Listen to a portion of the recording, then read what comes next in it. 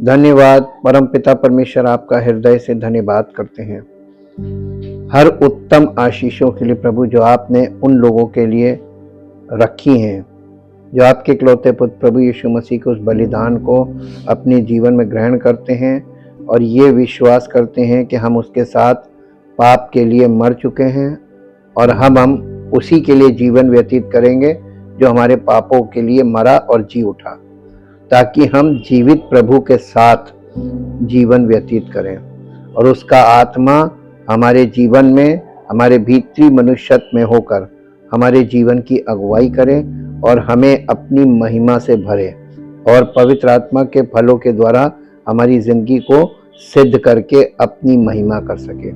इसलिए प्रभु, हम आदर और महिमा आपको देते हुए आपके पवित्र वचनों को सुनने के लिए तैयार हैं और आपका धन्यवाद करते हैं कि ये वचन हमारे कानों के द्वारा हमारे दिल में जाएं और वही काम करें जिनके लिए प्रभु ये वचनों को आपने हमारे लिए लिखित रूप में रखा है और पवित्र आत्मा के द्वारा हमारे कानों से होकर हमारे हृदय तक पहुँचे, ताकि हमारी आत्मा से पुनरुत्थान का कार्य शुरू हो और हम नई सृष्टि बनकर परमेश्वर की महिमा के योग्य जीवन जीना शुरू करें और उसके आत्मा के फलों के द्वारा हमारे जीवन का प्रगटीकरण हो, ताकि आपकी महिमा हो। सारी महिमा आपको मिले। इस प्रार्थना को प्रभु यीशु मसीह के पवित्र नाम से मांगते हैं, आमीन।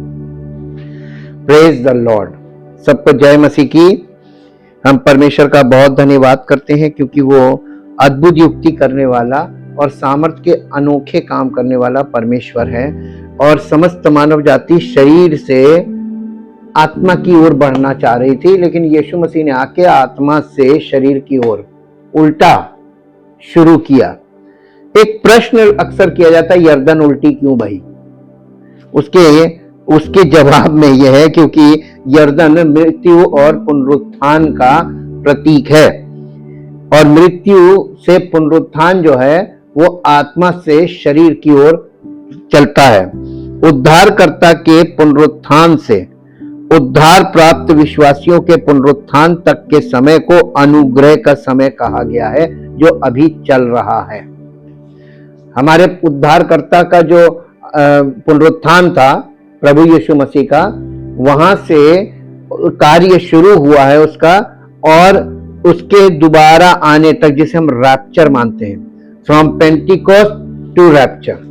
This period is called the period of grace और ये पुनरुत्थान का, हमारे पुनरुत्थान का समय चल रहा है कि हम मसीह के साथ पापों के लिए मर चुके हैं। हमने इस बात को अपने जीवन में एहसास कर लिया, मान लिया और गहराई से हमारे अंदर ये बात है कि हम प्रभु में पापों के लिए मरे हुए हैं और हम उसके साथ दफन हैं और जब प्रभु आएगा तो हम नए जीवन के रूप में उसके साथ प्रकट किए जाएंगे। और इसलिए हम ये समय जो है हमारा, ये सांसारिक बातों से अपने आप को अलग रखना, तमाम दुनियावी बातों से अपने आप को बचा के रखना है, ताकि हमारा ये विश्वास प्रदूषित ना हो और हम प्रभु में सच्चे पाए जाएं। इसी को अनुग्रह का समय बोला गया, जो पेंतेकुस्त से रैप्चर तक का समय है। मनुष्य का पुनरुत्थान एक आंतरिक आध्यात्मिक घटना है जो पतित भ्रष्ट आत्मिक मनुष्य को परमेश्वर की दृष्टि में पुनर्स्थापित और सुंदर आत्मिक मनुष्य में बदल देती है। केवल तभी आत्मिक मनुष्य परमेश्वर की छवि बन सकता है और परमेश्वर के रूप प्रति सौंदर्य, आनंद और प्रेम को प्रतिबिंबित कर सकता है। उद्धार का अर्थ है पुनर्स्थापना और पुनर्स्थापना का अर्थ है पुनर्रचना, रीजनरेशन, और पुनर्रचना ही पुनरुत्थान है। तो ये पुनरुत्थान हमारी आत्मा से शुरू होगा और फिर एट लास्ट हमारे शरीर का पुनरुत्थान होगा।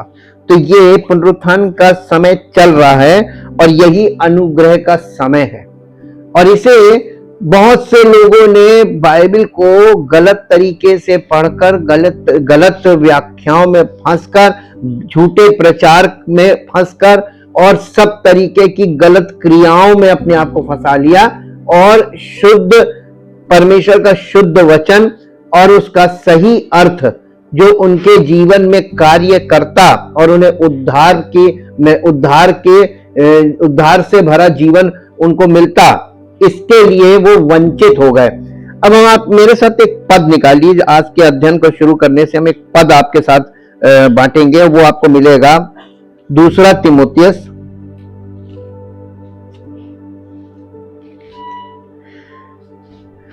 बाइबिल जो है वो बुद्धि से पढ़ने वाली पुस्तक नहीं है। बाइबिल जो है पवित्र आत्मा के द्वारा और पवित्र आत्मा के प्रकाश के द्वारा पढ़कर समझने वाली पुस्तक है। इसे पढ़ना नहीं है, इसे समझना और लागू करना अपने जीवन में। हम वचन सुनते हैं और वचन सुनकर हम जस के तस रहते हैं, कोई निर्णय नहीं लेते, कोई परिवर्तन नहीं, कुछ नहीं, हम जैसे हैं वैसे ही बने रहते हैं। तो ये उदासीनता है कि हमको इंटरेस्ट है नहीं, बस हम सुन लेंगे।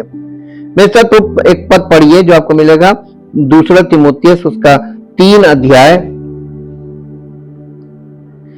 अध्याय का 12 पद पढ़िए।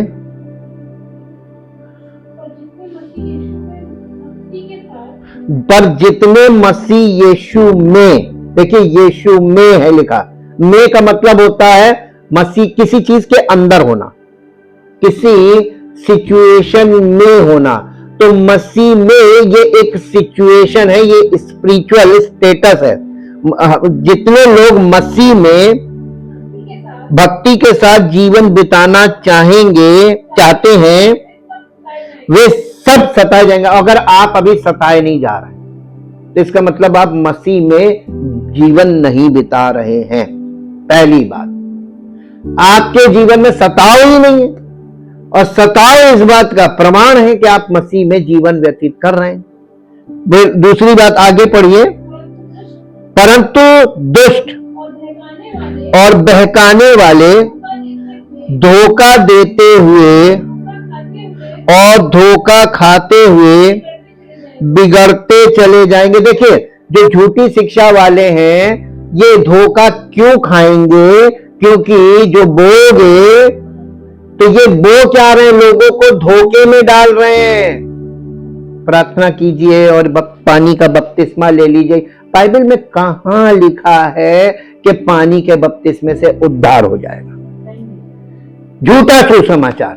अब बहुत से लोग इसमें फंस चुके हैं, बहुत से लोग फंस गए, शिकार हो गए, क्योंकि उनके पास इतनी क्षमता नहीं कि वो सत्य को जान सके, और जहां से उनको सत्य मिलना वहीं से उनको भ्रम में फंसा दिया।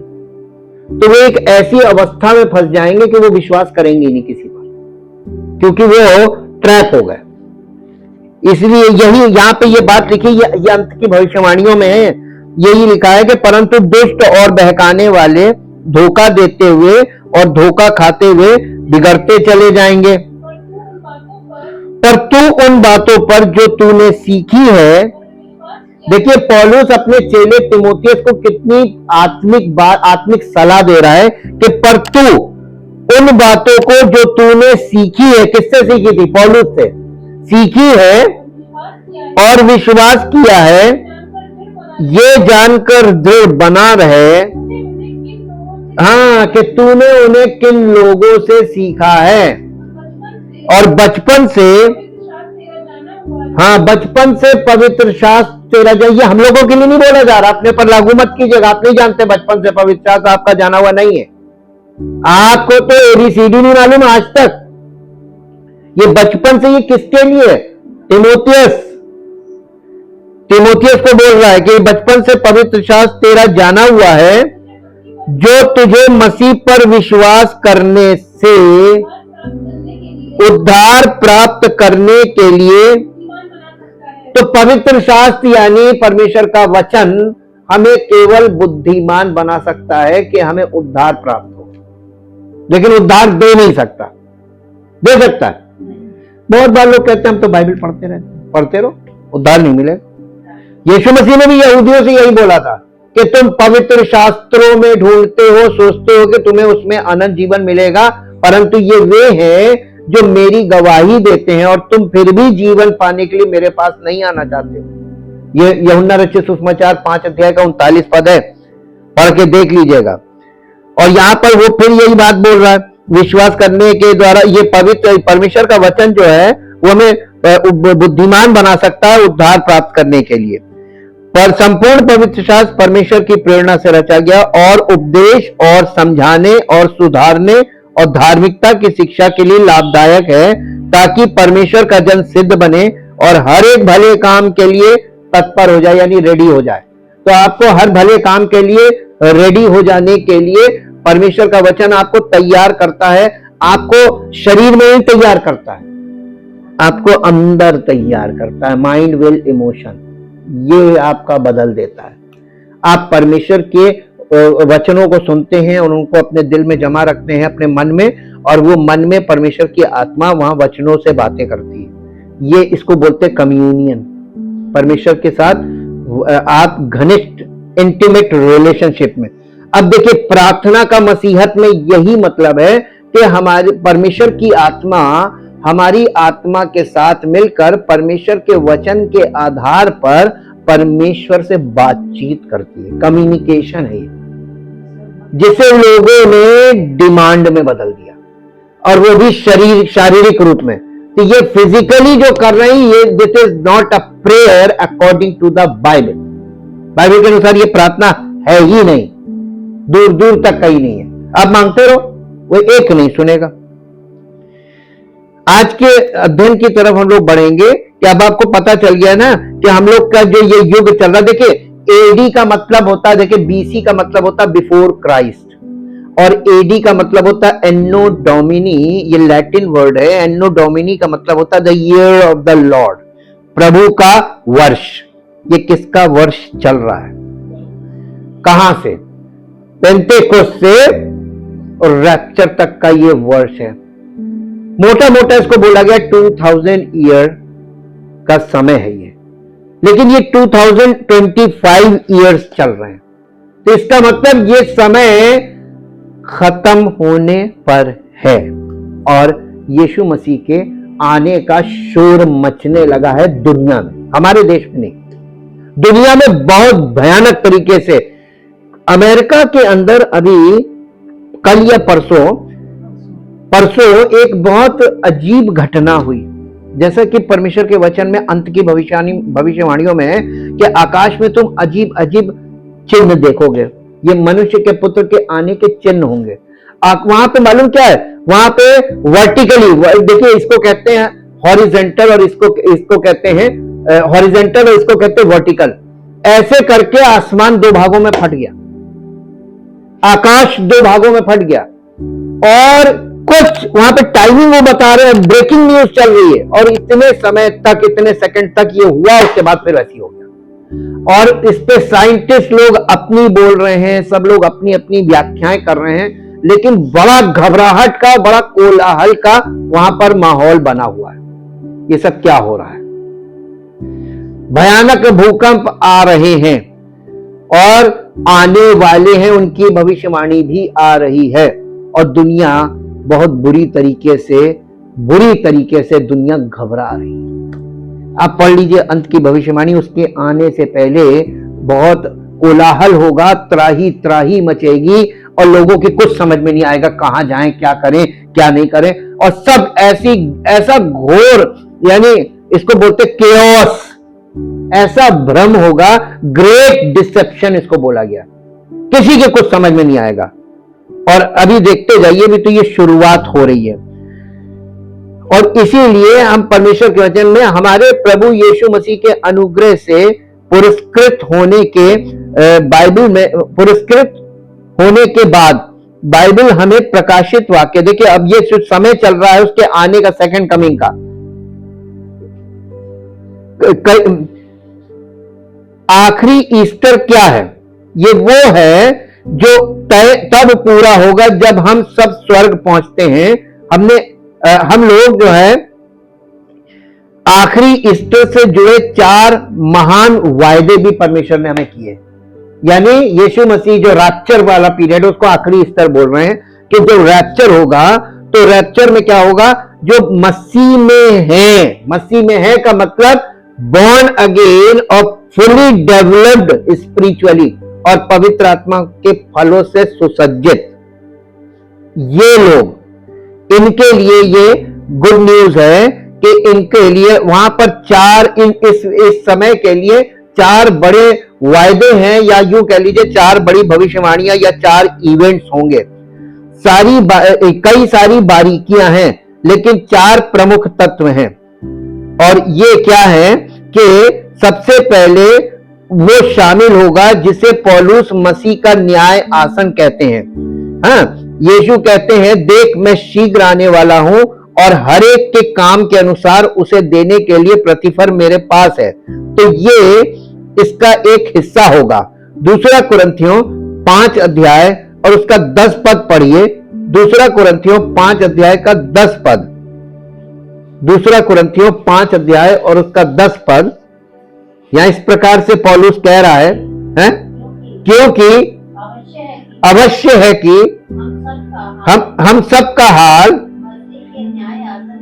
मसीह के न्याय आसन के सामने खुल जाए कि हर एक व्यक्ति अपने अपने भले बुरे कामों का बदला जो उसने देह के द्वारा किए हो पाए। मसीह का न्याय आसन जहां हम अपनी सेवा के लिए प्रतिफल प्राप्त करते हैं। और ये अंतिम ईस्टर का दूसरा तत्व वो है जिसे आप मेमने का विवाह भोज कह सकते हैं। हमारे प्रभु यीशु मसीह के अनुग्रह से पुरस्कृत होने के बाद बाइबल हमें प्रकाशित वाक्य 19 अध्याय में बताती है कि हमें एक बड़े भोज के लिए बुलाया जाएगा। हम जो दुल्हन हैं, कलीसिया, दूल्हे यीशु मसीह के साथ मिलकर आध्यात्मिक विवाह को पूर्ण करते हैं और हम एक विवाह भोज करेंगे जो सब कुछ समाप्त कर देगा। महान गौरवशाली समय यही प्रकाशित वाक्य 19 में बताया गया है। तो आखिरी ईस्टर मसीह के न्याय आसन और मेमने के विवाह भोज का वादा करता है। और तीसरा, आने वाला सांसारिक राज्य। पहला कुरिन्थियों 6 अध्याय में हमने पढ़ा था कि हम मसीह के साथ उसके राज्य में शासन करेंगे और इसलिए हम इसकी आशा करते हैं। पुरस्कारों का समय, मसीह के साथ महान संगति का समय और उसके साथ उसके राज्य में शासन करने के लिए पृथ्वी पर लौटने का समय। लेकिन एक और घटना है, चौथी घटना वास्तव में इस सब की कुंजी है और इसे ही बाइबल पुनरुत्थान कहती है। ये पहले आना चाहिए, मसीह के न्याय आसन के से पहले, मेमने के विवाह भोज से पहले, आने वाले पार्थिव राज्य से पहले हमारे लिए एक अद्भुत पुनरुत्थान होगा। ये छुटकारे के इतिहास का चरमोत्कर्ष है और यही पहला कुरिन्थियों 15 अध्याय का विषय भी है। अब याद कीजिए, कुरिन्थियों में से कुछ लोग शरीर के पुनरुत्थान को नकार रहे थे। उन्होंने इस यूनानी दर्शन को स्वीकार कर लिया था। और वो यूनानी दर्शन क्या था? ये स्वीकार कर लिया था कि मरे हुए लोग नहीं जी उठते। दरअसल पद 15 अध्याय का पद 12वां, इसलिए जबकि मसीह का ये प्रचार किया जाता है कि वो मरे हुए में से जी उठा, तो तुम में से, यानी कुरिन्थियों की कलीसिया में से बहुत से लोग ऐसे थे जो इसे नहीं मानते थे कि मरे हुए का पुनरुत्थान नहीं होता। तो तुम में से कितने कैसे कहते हैं कि मरे हुओं का पुनरुत्थान है नहीं? लोग नहीं विश्वास करते। पौलुस पवित्र आत्मा देखिए सबको जवाब देता है और कलीसिया को जवाब देता। कलीसिया में अगर वो है, कलीसिया के द्वारा ही लोगों को जवाब मिलेगा। कुछ लोग कह रहे थे कि मरे हुए लोग नहीं जी उठते, लेकिन पौलुस यहाँ इस पर बात करते हैं और हमें शारीरिक पुनरुत्थान पर लिखा गया अब तक का सबसे बड़ा अध्याय देते हैं और वो दोनों को एक दूसरे से अविभाज्य रूप से जोड़ते हैं। यीशु मसीह का पुनरुत्थान और विश्वासी का पुनरुत्थान दोनों वास्तव में एक ही हैं। अब एक बहुत ही तार्किक प्रक्रिया का पालन करता है। उनका तर्क पौलुस का, वो पहले 11 पदों में उस समस्या की घोषणा किए बिना जिस पर वो चर्चा कर रहे हैं, यहां तक कि मरे हुए लोगों के पुनर्जीवित ना होने के बारे में जो कहा गया है उस पर भी चर्चा किए बिना शुरुआत करते हैं। वो पहले 11 पदों की शुरुआत में उन्हें याद दिलाते हैं कि उन्होंने पहले ही यीशु मसीह के शारीरिक पुनरुत्थान को प्राप्त किया है, उस पर विश्वास किया है, उस पर खड़े हुए हैं और उसके द्वारा बचाए गए हैं। वो उन्हें बस ये याद दिलाते हैं कि वे पहले से ही शारीरिक पुनरुत्थान में, कम से कम यीशु मसीह के शारीरिक पुनरुत्थान में विश्वास करते हैं। आप पहले से ही इस पर विश्वास करते हैं, ये उस कुरिन्थियों की कलीसिया से पौलुस कह रहा है। वो कहते हैं और वे सभी शायद कर रहे हैं जो अभी इस वचनों को सुनते हैं।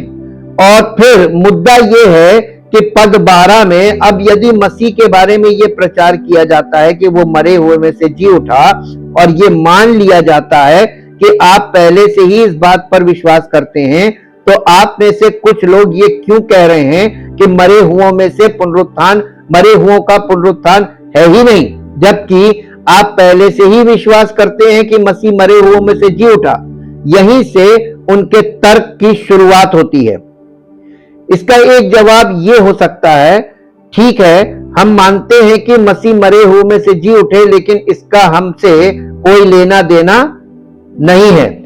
यह अनोखा था, यह एक बार की बात थी, यह एक बार का प्रयास था। मसीह मरे हुए में से जी उठे हैं, आमीन, शारीरिक रूप से, हां सचमुच शारीरिक रूप से, लेकिन इसका हमसे कोई लेना देना नहीं है। पौलुस 15 अध्याय के 20 से 28 पदों में इसी बात पर बात करते हैं।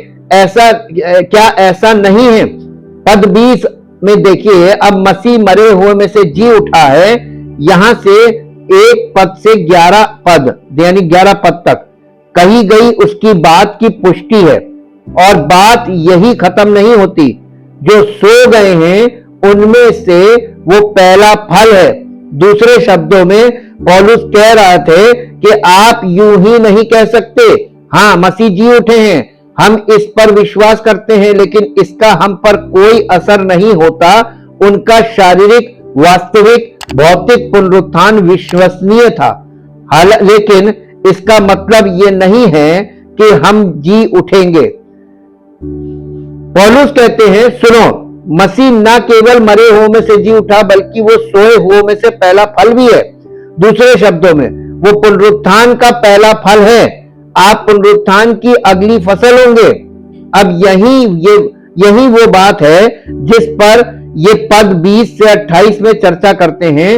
वो कहते हैं, यदि आप शरीर के पुनरुत्थान को नकारते हैं तो आप वास्तव में संकट में हैं। यदि आप शरीर के पुनरुत्थान को नकारते हैं तो मसीह जी नहीं उठे हैं, सुसमाचार व्यर्थ है, विश्वास खोखला है, प्रेरित झूठे हैं, हम सब अपने पापों में हैं, मरे हुए लोग शापित हैं, और मसीहत दुनिया के सबसे मसीही लोग जो है दुनिया के सबसे दयनीय लोग हैं। इसलिए आप ऐसा नहीं कर सकते। इसलिए मैं चाहता हूं कि आप विश्वास करना चाहते हैं कि मसीह जी उठे हैं। इसलिए पद 20 में वे कहते हैं, अब हम जानते हैं कि मसीह जी उठे, लेकिन यहीं रुककर ये मत कहिए कि इसका कोई असर नहीं हुआ। उनका पुनरुत्थान आने वाले पुनरुत्थान की पूरी फसल का पहला फल मात्र है। आपको ये पाना ही होगा। वे कहते हैं, आप सिर्फ मसीह तक ही सीमित नहीं रह सकते। उन्हें पुनरुत्थान के जीवन में हम सबका पहला फल बनने के लिए जी उठाया गया था। अब इसे ध्यान में रखते हुए हम आगे चलते हैं। यहां हमें केवल 3 बातें पुनरुत्थान के प्रभाव के 3 प्रमुख तत्व मिलते हैं। पहला, वो उद्धारक के बारे में बात करता है। दूसरा, छुड़ाए गए लोगों के बारे में। और तीसरा, पुनर्स्थापना के बारे में। उद्धारक, छुड़ाए गए लोग और पुनर्स्थापना। अब यीशु मसीह का पुनरुत्थान बहुत ही अनोखा था और यहीं से उनकी शुरुआत होती है। पहले बिंदु, उद्धारकर्ता पर गौर करें। अब मसीह मरे हुए में से जी उठा और जो सो गए हैं उनमें पहला फल बना। अब वो फिर से पुष्टि करते हैं कि मसीह जी उठे हैं। ये एक ऐसा तथ्य है जिस पर वे पहले से ही विश्वास करते हैं। पद 1 से 11 तक उन्होंने उन्हें याद दिलाया कि उन्हें इस पर विश्वास करना चाहिए और पद 12 से 19 में उन्होंने उन्हें दिखाया कि उन्हें इस पर विश्वास करना चाहिए, अन्यथा वे सब कुछ खो देंगे। तो अब पुनः पुष्टि करते हुए मसीह मरे हुए में से जी उठा है, अब आप और बन गए हैं। शब्दों को हटा दें क्योंकि वे बेहतर पांडुलिपि में नहीं आते हैं।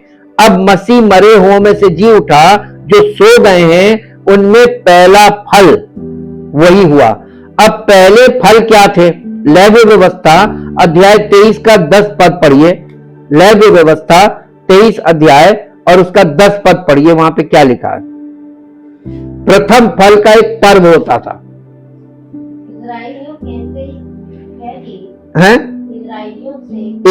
इस्राएलियों से कह कि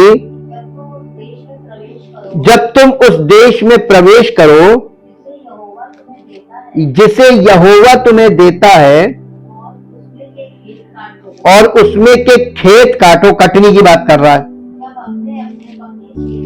जब अपने अपने पके खेत की पहली उपज का पूला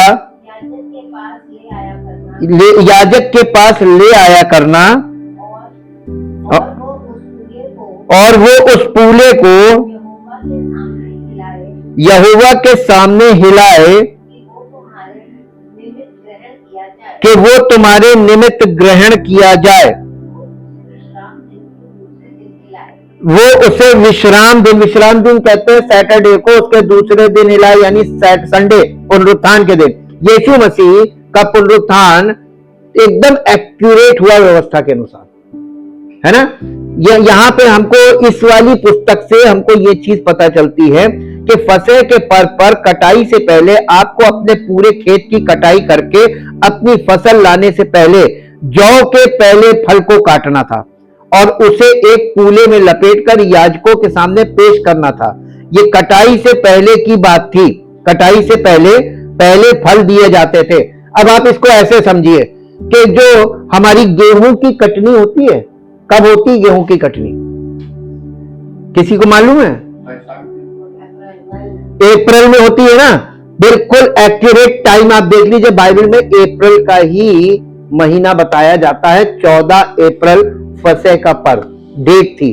और लेकिन वहां पर अप्रैल शब्द आपको नहीं मिलेगा, वहां पे वो यानी हिब्रू कैलेंडर का महीना मिलेगा, निसान का मतलब अप्रैल है। अब आप देखिए कि अप्रैल में जब पूरी गेहूं की फसल कटती है उससे थोड़ा पहले यानी मार्च में मालूम क्या होता था? उसका पहला भाग कटता था। गेहूं से पहले वहां पर जौ बोया जाता था और जौ जो है वो पहले कटता था, क्योंकि पहले बोया जाता था, पहले काटा जाता था। उसको कहते हैं पहला फल और उसे वहां पर हिलाया जाता था इससे पहले कि पूरी खेत की कटनी शुरू हो। तो कटनी से पहले पहला जो खेत होता था जौ का, वो काटा जाता था और उसकी फसल वहां पर हिलाई जाती थी। ये बताया जा रहा है। तो गेहूं और जौ काफी सिमिलर होते हैं। जौ की भी रोटी बनती, गेहूं की भी रोटी बनती है। जब आप यीशु मसीह ने 5000 लोगों को खिलाया तो एक लड़के के पास जौ की 5 रोटियां थी। तो जौ की रोटी बहुत खाते थे वो लोग। तो यहां पर देखिए वो जौ की रोटी, जब यीशु मसीह कह रहे हैं जीवन की रोटी में हो, तो वो जौ की बात कर रहे हैं। तो इसमें सिंबोलिज्म है कि नहीं? वो रोटी कौन है? जीवन की रोटी, जौ की रोटी, जीवन, यीशु मसीह। तो देखिए यहां से कुछ चीजों से आपको पकड़ मिलती है किसके बारे में ये बात की जा रही है। और ये पूरी कटाई बाद में होती थी। तो पेंटेकोस्त से और रैप्चर तक अब ये पूरी कटाई का समय चल रहा है। ये कटनी का, आत्मिक जीवन की कटनी का समय चल रहा है। और यीशु मसीह अपने लोगों को इस संसार में से निकाल कर और गुप्त तरीके से उनको भीतरी मनुष्यत्व में, उनके जीवन में वो वास कर रहा है और गुप्त तरीके से उनके साथ रह रहा है और पूरी दुनिया को किसी को नहीं मालूम चलेगा। आपको हम दिखाई देंगे, लेकिन प्रभु हमारे अंदर है, नहीं दिखाई देगा। फलों से प्रकट होगा और एक दूसरे को लक्षणों से पहचानेंगे कि अरे प्रभु यहां है, प्रभु यहां है। ये गुप्त वाला काम है। हाँ, और इसके बाद अब जब आप अपनी फसल बोते थे तो आप आमतौर पर कुछ क्रम में बोते थे, ताकि जब आपके खेत में अनाज आए तो वो कुछ इस तरह से आए, क्योंकि आपने जो सबसे पहले बोया था वो पहले आएगा। और ये मौसम की समस्याओं से बचाव का एक तरीका था। थोड़ा जल्दी बोकर आप तूफान से बच सकते थे, थोड़ा देर से बोकर आप कुछ बारिश पा सकते थे। इसलिए अक्सर वे धीरे धीरे बोते थे ताकि फसल थोड़े अलग समय पर आ सके और प्राकृतिक आपदाओं से थोड़ा बचाव हो सके।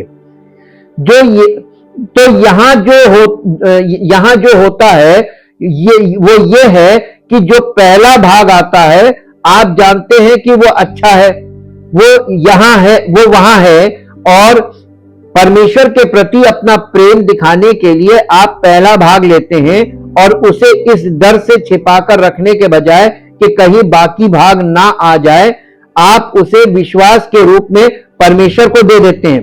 आप उसे सबसे पहले अपना सबसे अच्छा भाग देते हैं और आप बाकी भाग तब तक नहीं काट सकते जब तक आप फसह के पर्व पर ऐसा नहीं कर लेते।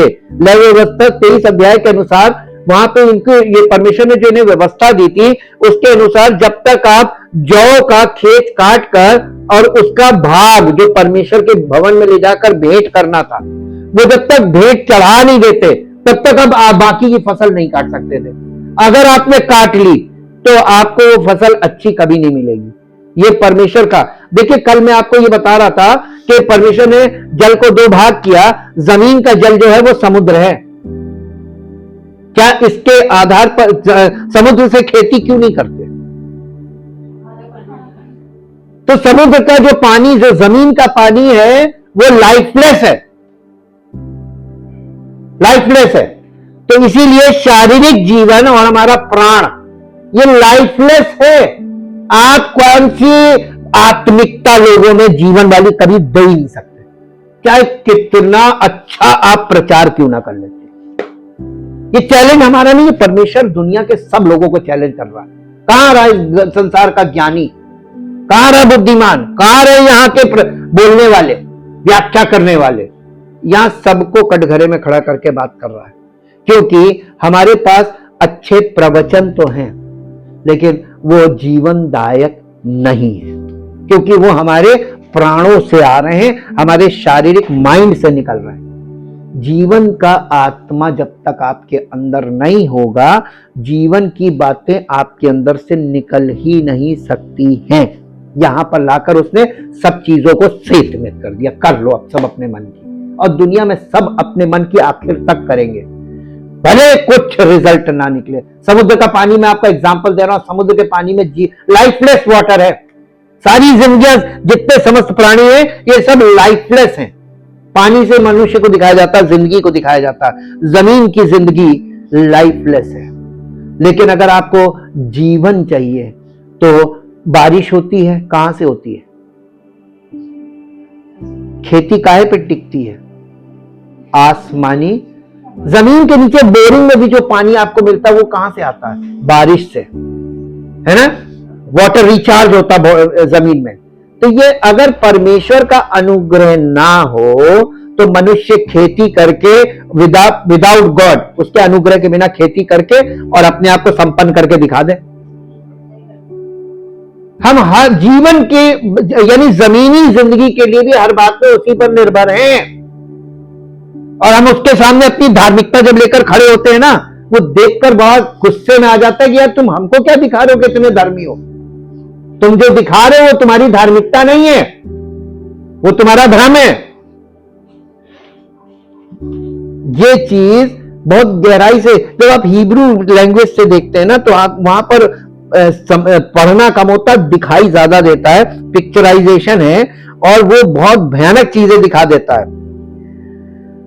तो जो यहां जो होता है वो ये है कि यहां पर पहला पूला आपको परमेश्वर को भेंट चढ़ाना होता ताकि आप कटनी आपकी सफल हो जाए, इसलिए पहले वो लोग कटनी का पर्व मनाते थे। और यहां वो जो मुख्य बात कह रहे हैं वो ये है कि जैसे पहली फसल दिए बिना पूरी फसल नहीं काटी जा सकती, वैसे ही जब तक लोग मसीह नहीं जी उठते, हम भी नहीं जी उठेंगे। यही उनका मुद्दा है। ये मसीह का पुनरुत्थान है और वो कब्र से बाहर आते हैं और स्वयं को परमेश्वर को अर्पित करते हैं और फिर उस बलिदान में वो हमारे लिए हमारा पुनरुत्थान सुनिश्चित करते हैं। पहली फसल एक संकेत थी, इसे अब अपने मन में अंकित कर लें। पहली फसल आने वाली फसल का एक संकेत या प्रतीक थी और मसीह का पुनरुत्थान विश्वासियों के आने वाले पुनरुत्थान का एक संकेत या प्रतीक था। यही वो पौलुस यहां पर कलीसिया को समझा रहा है कि इसका मतलब ये है। दूसरे शब्दों में अब ध्यान दीजिए, लोगों, ऐसा नहीं हो सकता कि मसीह का पुनरुत्थान हो और उसका कोई प्रभाव ना हो। मसीह का पुनरुत्थान अकेले नहीं हुआ है, वो किसी खास बगीचे में उगाया गया अनाज का टुकड़ा नहीं है। वो अनाज का एक टुकड़ा, कोई बीज नहीं है जो जमीन में गिरकर मर जाता है और ग्रीन हाउस में बढ़ता है। वो पुनरुत्थान की पूरी फसल का एक हिस्सा मात्र है और उसे उस बीज के रूप में जमीन में फेंका गया जो मर जाता है, वो जीवन के लिए बहुत फल लाता है और हम में से बाकी लोगों के लिए गारंटी बन जाता है जो जमीन में गिरते हैं, यानी हम भी जमीन में मिट्टी में मिलते हैं, मरते हैं और फिर जीवन में जी उठेंगे। इसे अलग नहीं, हम इसे अलग नहीं कर सकते, ये सब एक साथ होना चाहिए। अब यहां हम पहले फल देखते हैं। लोग कहते हैं तो क्या इसका मतलब यह है कि मसीह ही सबसे पहले मरे हुओं में से जी उठे? नहीं, ऐसा नहीं कहा गया है कि वो सबसे पहले मरे हुओं में से जी उठे। पुराने नियम में कुछ लोग हैं जो मरे हुओं में से जी उठे थे। एलिया ने एक लड़के को जिंदा किया था। पुनरुत्थान तो होता ही है। नए नियम में स्वयं यीशु के बारे में लिखा है कि उन्होंने 3 अलग अलग लोगों को जिंदा किया, याईर की बेटी, विधवा का बेटा और लाजर। वो कब्र से निकलने वाले पहले व्यक्ति नहीं हैं, वो पहला फल हैं, वो पुनरुत्थान की कटनी की गारंटी हैं। वैसे देखिए, ये जितने लोग बाइबल में आपको बताया गया पुनरुत्थान जिनका हुआ था, उनकी दोबारा मृत्यु भी हुई थी। ये शारीरिक पुनरुत्थान था। लेकिन यहां पर यीशु मसीह पुनरुत्थान के बाद पुनरुत्थान के, देखिए, बीज का मतलब एक पेड़ का बीज भी होता है और बीज का मतलब एक कॉन्सेप्ट भी होता है, बीज का मतलब एक लाइफ होता है। तो यीशु मसीह अगर लिविंग व्यक्ति है, पर्सन है, तो वो एक लाइफ है और लाइफ में अगर बीज को देखें तो एक वंश होता है। तो जब तक अब्राहम के वंशज थे वो यहूदी या इजरायली कहलाए, तो कैसे कहलाए? अब्राहम जो था वो तो मर गया, लेकिन उसके वंश में बच्चे पैदा होते गए और इस प्रकार एक राष्ट्र बन गया, इजराइल द नेशन। हाँ क्या ना? अब इस चीज को पौलुस कैसे खोलता है उसको देखिए आप। थोड़ा सा नजरिया आपको बदलेगा, आपको एकदम स्पष्ट दिखाई देगा कि परमेश्वर के वचन में पवित्र आत्मा क्या दिखा रहा हमको। ये इसमें आ जाइए, रोमियो की पत्री 4 अध्याय में,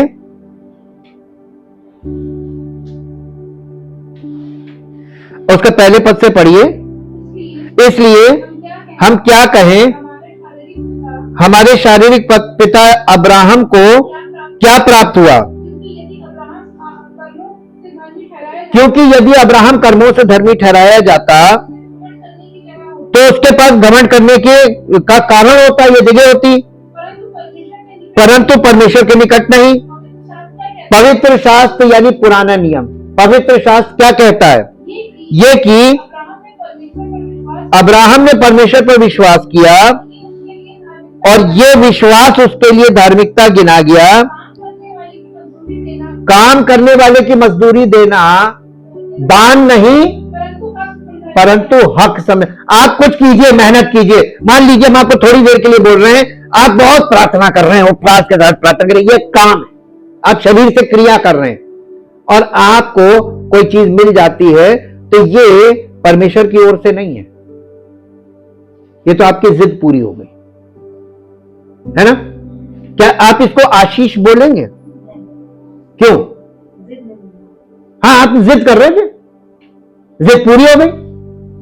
बहुत ध्यान दीजिएगा, इस पद का अर्थ बता रहा हूं।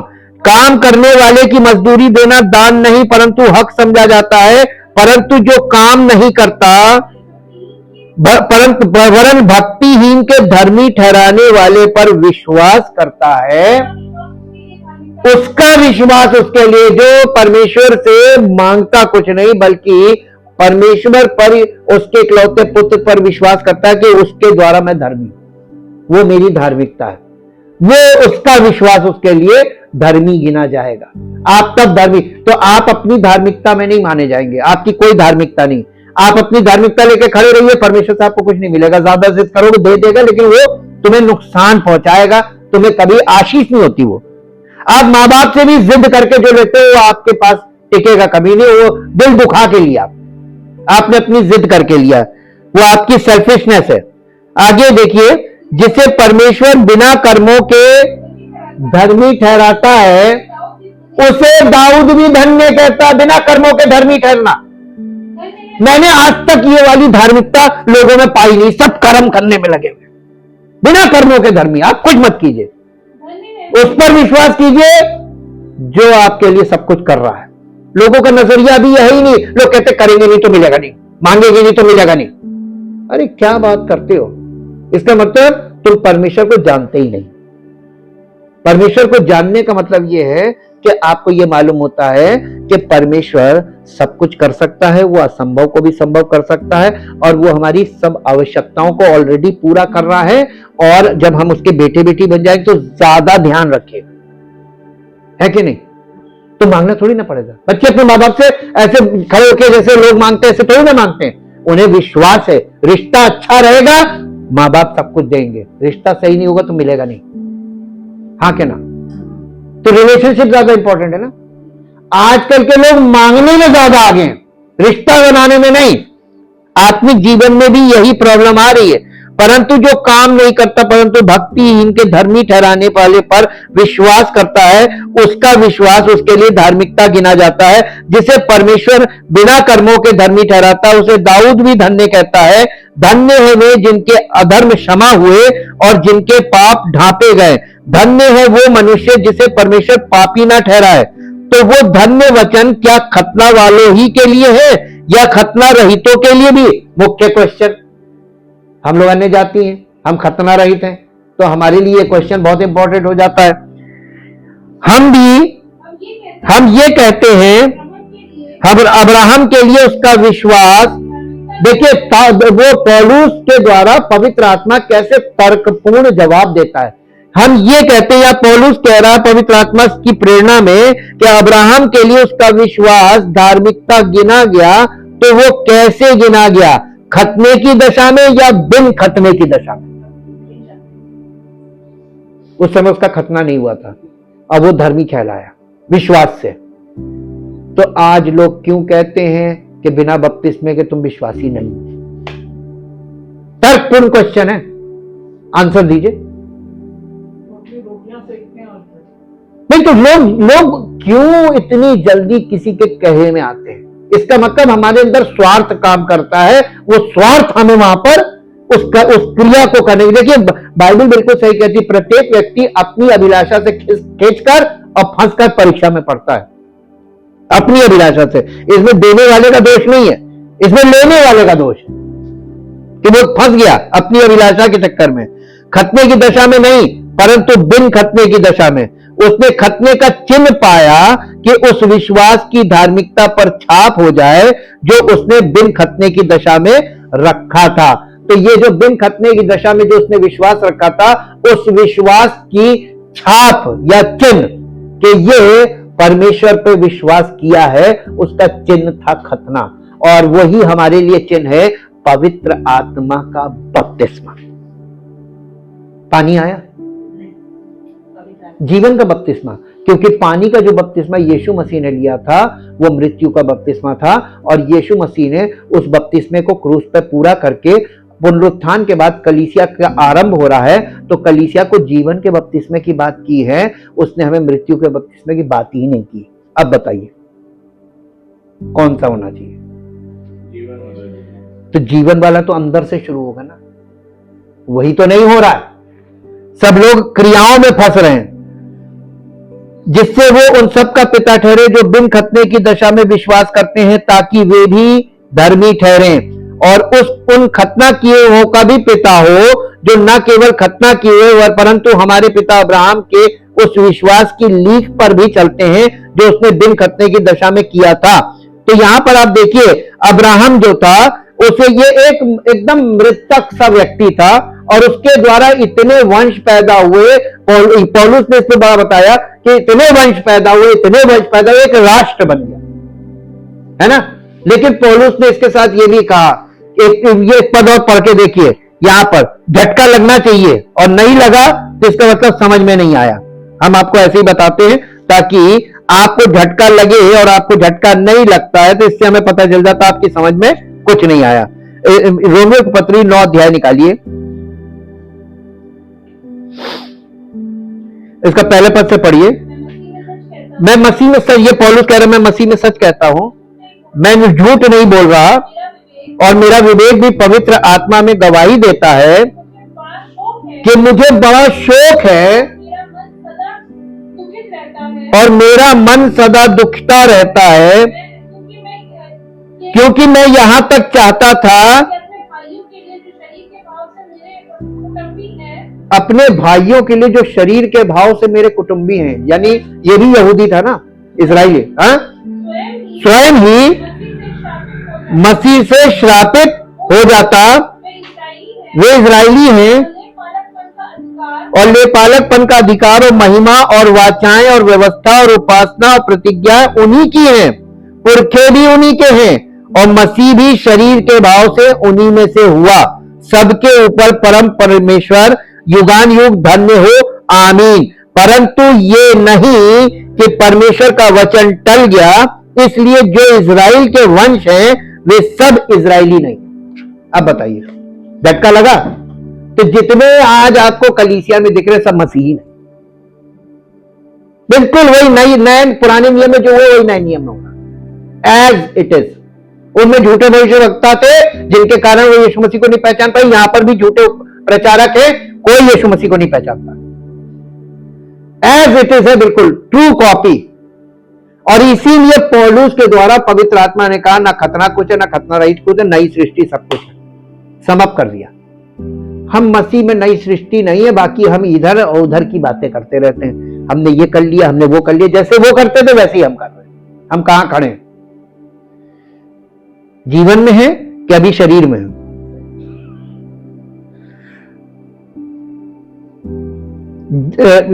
लोग कहते हैं, तो क्या इसका मतलब यह है कि मसीह ही सबसे पहले मरे हुओं में से जी उठे? ऐसा नहीं कहा गया है पहले मरे हुओं में से जी उठे। पुराने नियम में भी बहुत से लोग जी उठे थे। यहां पुनरुत्थान में थोड़ा सा अंतर है। जितने पुराने नियम में लोगों को आपने देखा उनका पुनरुत्थान हुआ, नए नियम में यीशु मसीह ने भी 3-4 लोगों को उठाया, जीवित हुए। लेकिन पौलुस ने एक बार वो प्रचार कर, पतरस एक बार प्रचार कर रहा था, वो लड़का गिर गया तो उसको उठा के जिंदा कर दिया था। लेकिन आप देखेंगे यहां पर जितने भी पुनरुत्थान हुए हैं, इन सब पुनरुत्थान में और यीशु मसीह के पुनरुत्थान में एक अंतर है। यीशु मसीह के पुनरुत्थान में वो he is alive from that day now till today and forever. उस दिन के बाद से वो सदैव जीवित है और युगान युग जीवित है। अंतर मिला? और इसलिए यीशु मसीह का पुनरुत्थान मसीही लोगों के लिए उनके पुनरुत्थान की आशा भी है और गारंटी भी है। दोनों चीजें हैं। ये पौलुस बता रहा है। हनोक और एलिया वगैरह भी ये लोग, इन लोगों के द्वारा बहुत से लोग जिंदा किए गए थे। कुलस्सियों की पत्री उसका पहला अध्याय और उसका 18 पद पढ़िए। कुलस्सियों की पत्री पहला अध्याय 18 पद, जहां ये कहा गया है कि वो मृतकों में से जी उठने वालों में नहीं, हाँ वही दे, अर्थात कलीसिया का सर है, वही आदि है और मरे हुए में से जी उठने वालों में पहलौठा। तो यहां पे देखिए शब्द, देखिए मरे हुए में से जी उठने वालों में पहला नहीं लिखा है कि बस वही जी उठा, इकलौता नहीं लिखा है, पहलौठा लिखा है। पहलौठे का मतलब क्या होता है? किसी के पास इकलौता बेटा हो, है, और इकलौता बेटा मरने के बाद जिंदा हो गया और उसके बाद उसके वंश की बात की जा रही है कि ये अब पहलौठा है, यानी इसका मतलब और भी है। तो और लोगों का पुनरुत्थान है कि नहीं? मसीह के पुनरुत्थान से हमारा मसीही लोगों का पुनरुत्थान जुड़ा है कि नहीं जुड़ा है? दिखा आपको दर्शन, दिखा। यहां पे देखिए पहलौठे का मतलब क्या हुआ कि ताकि मसीह हम लोगों में सर्वोच्च है और उसी के द्वारा हमारा भी पुनरुत्थान, तो पुनरुत्थान होगा ना, कंफर्म हो गया कि आपका भी, अगर आपका अभी बॉर्न अगेन हो जाते हैं और मसीह में आत्मा में बढ़ते हैं अंदर से, तो आपका जीवन उसकी महिमा के लिए है और जब वो आएगा तो आपको आध्यात्म यानी स्वर्गीय देह में परिवर्तित करके अपनी महिमा करेगा। ये इस चीज के लिए है। प्रकाशित वाक्य उसके पहले अध्याय के 5 पद में भी यही, यहां पर हमने जो आपको ग्रीक वर्ड बताया था वो यूज किया गया है, जहां ये कहा गया है कि वो मृतकों में से पहला है।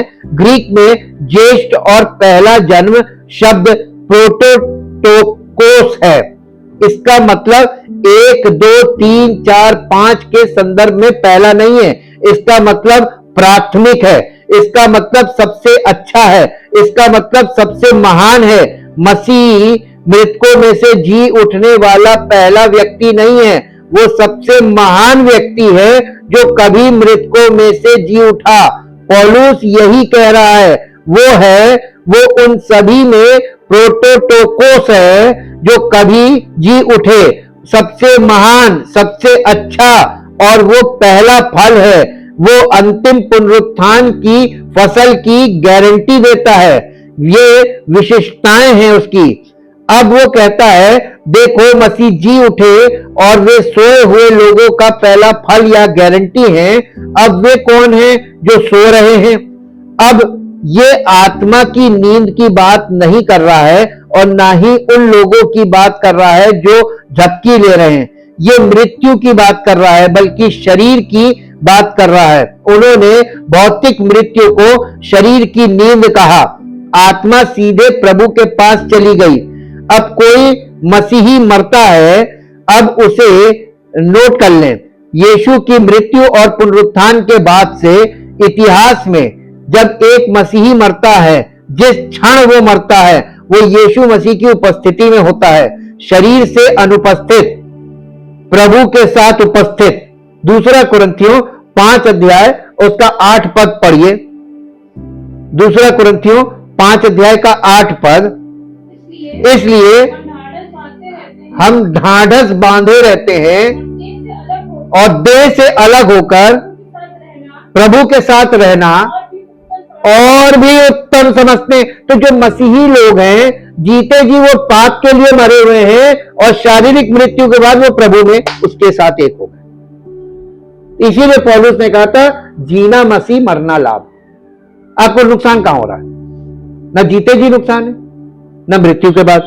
तो मृत्यु जहां पर लोग शोक और विलाप करते रहते हैं, मृत्यु को उसने, जब यीशु मसीह ने मृत्यु को परिवर्तित करके जीवन में परिवर्तित किया, अनंत जीवन में परिवर्तित किया और इस शारीरिक मृत्यु को निष्क्रिय कर दिया, ये कुछ नहीं कर सकती, तो मृत्यु एक आनंद की बात हो गई, एक उत्साह की बात हो गई।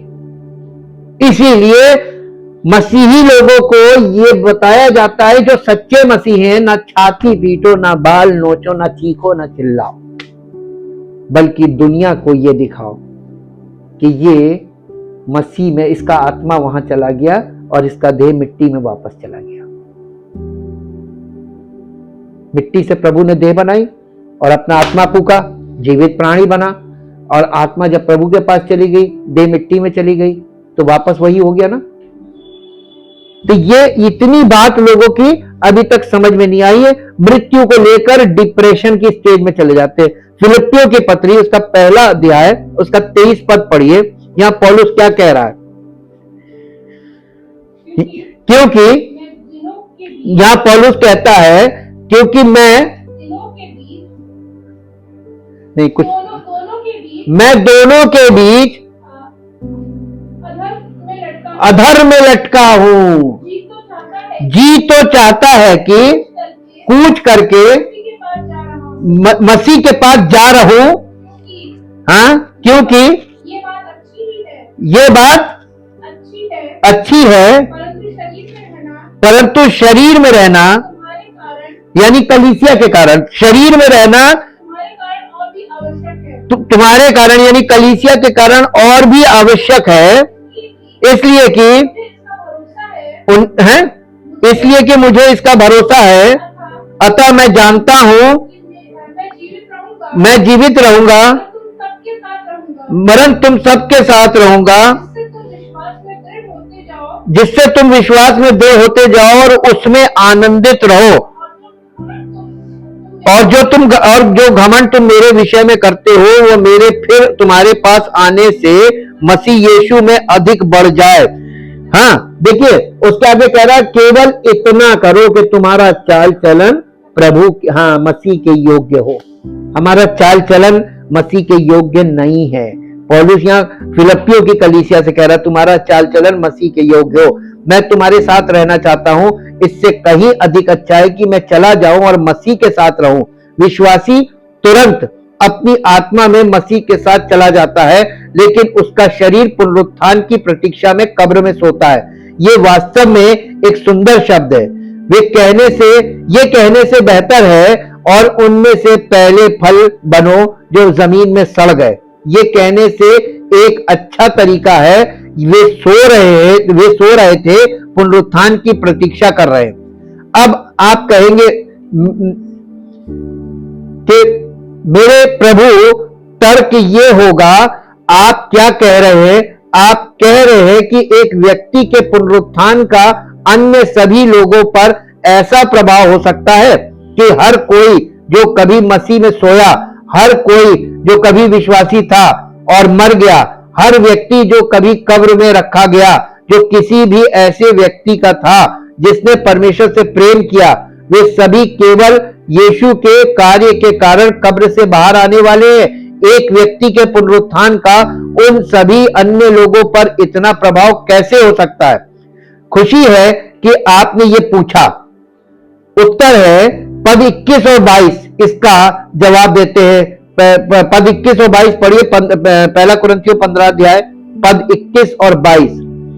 यहां पे कहता है, यहां पे एक सिद्धांत दिया जा रहा है, और सिद्धांत क्या है? क्योंकि जब मनुष्य के द्वारा मृत्यु आई, तो मनुष्य के द्वारा ही मरे हुओं का पुनरुत्थान भी आया।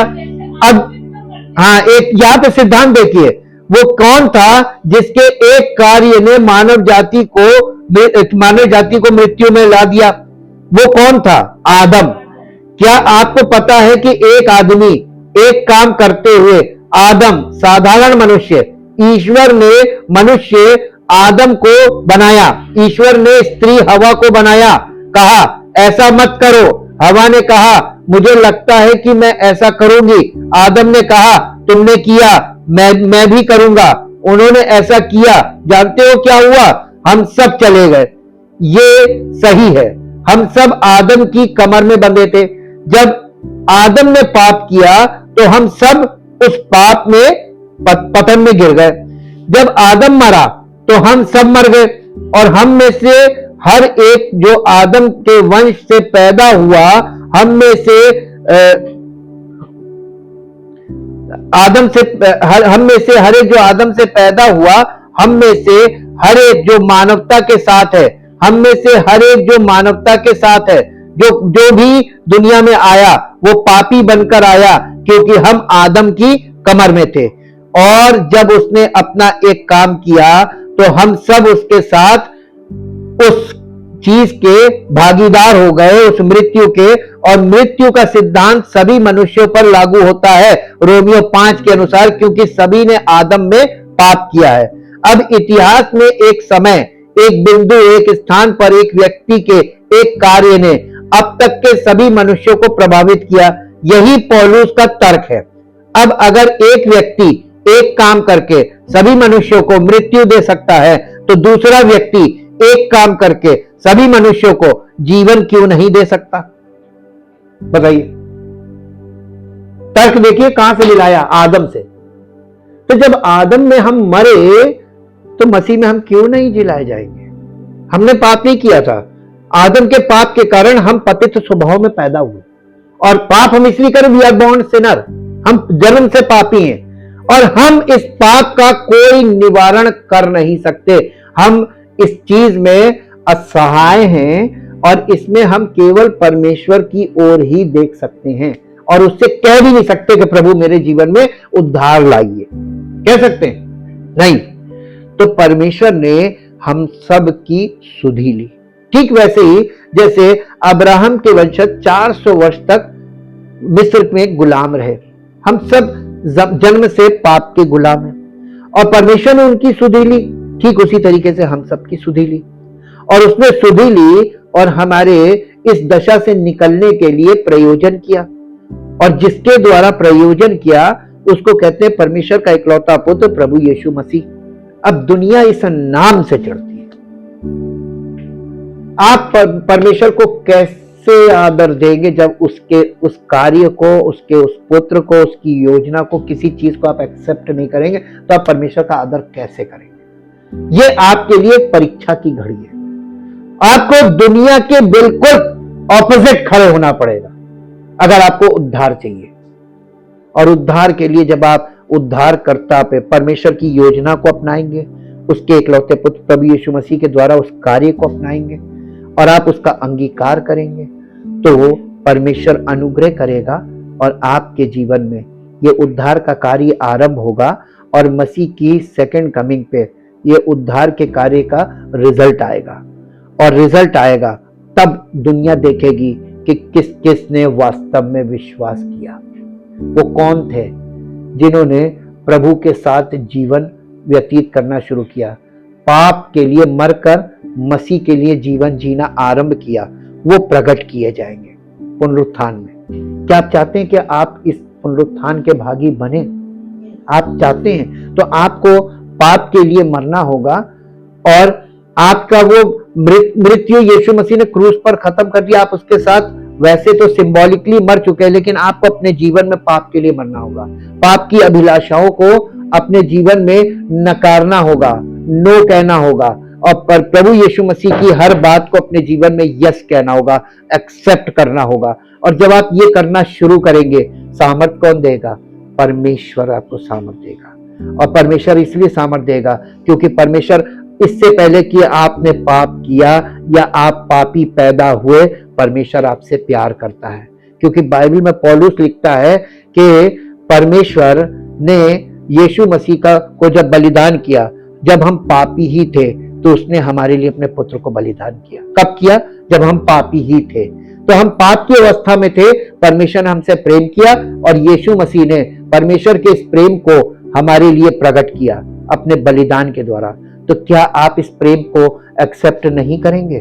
Thank you Jesus. जीवित मान सामर्थी परमेश्वर, दिल से आपका धन्यवाद करते हैं, और ये चाहते हैं प्रभु कि आपके इकलौते पुत्र प्रभु यीशु मसीह के द्वारा हमारे उद्धार की जो योजना आपने बनाई और हमारे लिए रखी है, उसमें हमारा पार्टिसिपेशन केवल ये है कि हमें अभी इस वास्तविक वर्तमान जीवन में पाप की सब अभिलाषाओं को अपने जीवन में द्वार बंद करके कहना होगा, नहीं, हम तुमको एक्सेप्ट नहीं करेंगे, और परमेश्वर की सब बातों को एक्सेप्ट करें और उसके अकॉर्डिंग जीवन व्यतीत करें, ताकि हमारा जीवन उसके लिए हो, और हम उन चीजों के लिए जिनसे परमेश्वर पसंद नहीं करता, उन चीजों के लिए हम नो कहें, और परमेश्वर की इच्छा को अपने जीवन में एक्सेप्ट करें, और अपनी इच्छा को नो कहें, ताकि हमारा जीवन उसकी महिमा में प्रकट हो, उसके साथ प्रकट हो, और उसका नाम हमारे जीवन से जीते जी महिमा पाए। प्रभु यीशु मसीह के नाम से मांगते हैं, आमीन।